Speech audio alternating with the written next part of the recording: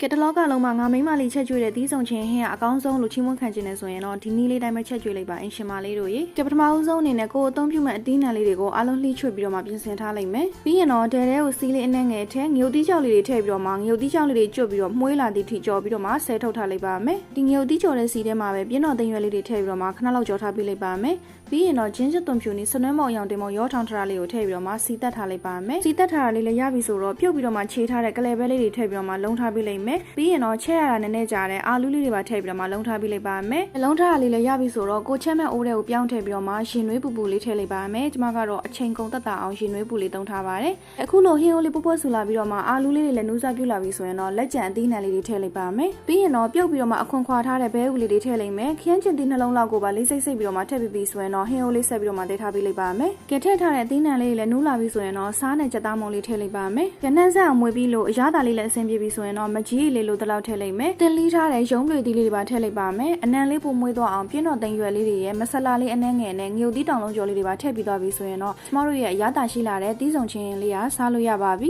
ကျမတို့အိမ်ကကြတော့အနံပြင်းပြင်းနေတိတ်မကြိုက်တဲ့အတွက်တခြားဟင်းခတ်အမွှေးကြိုင်တွေကိုတော့ထည့်မထားပါဘူးအခုဆိုရင်တော့ဟင်းတစ်မျိုးတည်းနဲ့တင်အာဟာရတန်ဖိုးတွေအများကြီးပါတယ်ကျမတို့ရဲ့သီးဆောင်ချင်းလေးကစားလို့ရပါပြီရှင်ဆုံးတီကြည့်ရှုပေးလို့အားလုံးကိုကျေးဇူးပါရှင်